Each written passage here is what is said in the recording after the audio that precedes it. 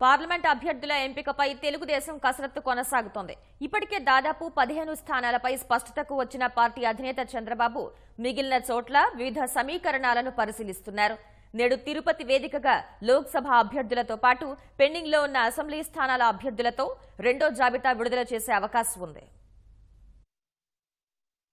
తెలుగుదేశం లోక్సభ అభ్యర్థుల ఎంపిక కసరత్తును చంద్రబాబు దాదాపుగా పూర్తి చేశారు. శ్రీకాకుళం నుంచి సిట్టింగ్ ఎంపీ రామ్మోహన్ నాయుడు మళ్లీ పోటీ చేయనుండగా అశోక్ గజపతిరాజు మరోసారి విజయనగరం బరిలో నిలవడం ఖాయమైంది. అలాగే అరకు సీట్ను కిషోర్ చంద్రదేవ్కు కట్టబెట్టనున్నారు. విశాఖ స్థానానికి గీతం విద్యాసంస్థల అధ్యక్షుడు భరత్, గాజువాక ఎమ్మెల్యే పల్లా శ్రీనివాస్, పార్టీ నాయకురాలు ముల్లపూడి రేణుక పేర్లను పరిశీలిస్తున్నారు. అనకాపల్లి స్థానానికి అడారి ఆనంద్ పేరు దాదాపు ఖరారవగా కాకినాడ నుంచి చలమలశెట్టి సునీల్ పోటీ చేయనున్నారు. అమలాపురం అభ్యర్థి ఎవరనేది ఇంకా స్పష్టత రాలేదు.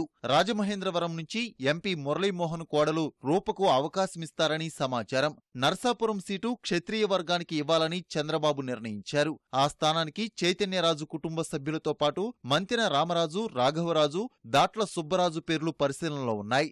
ఏలూరు పార్లమెంట్ అభ్యర్థిగా సిట్టింగ్ ఎంపీ మాగంటి బాబుకే అవకాశం కల్పించనున్నారు.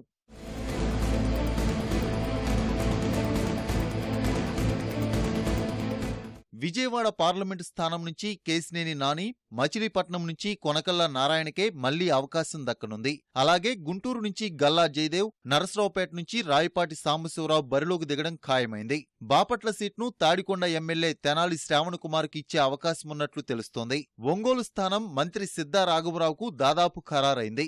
నెల్లూరు లోక్సభ స్థానం నుంచి బీదా మస్తాన్రావు పోటీ చేసే అవకాశముండగా కావలి అసెంబ్లీ స్థానాన్ని ఆయన సోదరుడు బీదా రవిచంద్ర యాదవ్ కోరుతున్నారు. కర్నూలు నుంచి కోట్ల సూర్యప్రకాష్ రెడ్డి, కడప నుంచి మంత్రి ఆదినారాయణ రెడ్డి, హిందూపురం నుంచి నిమ్మల కిష్టప్ప పోటీ చేయడం ఖరారైనట్లేనని సమాచారం. తిరుపతి పార్లమెంటు స్థానం నుంచి పనబాక లక్ష్మి లేదా ఆమె భర్త కృష్ణయ్య పోటీ చేసే అవకాశముండగా చిత్తూరు నుంచి సిట్టింగ్ ఎంపీ శివప్రసాద్ మళ్లీ బరిలోకి దిగనున్నారు. అనంతపురంలో ఏదైనా అనూహ్య మార్పు ఉంటుందా అనే చర్చ సాగుతోంది. నంద్యాల, రాజంపేటలో అభ్యర్థులు ఎవరన్నది ఇంకా తేలలేదు. రెండో జాబితాతోనే మొత్తం అభ్యర్థులను ప్రకటిస్తారా లేక మరికొన్ని పెండింగ్లో ఉంచే అవకాశముందా అనే ఉత్కంఠ నెలకొంది.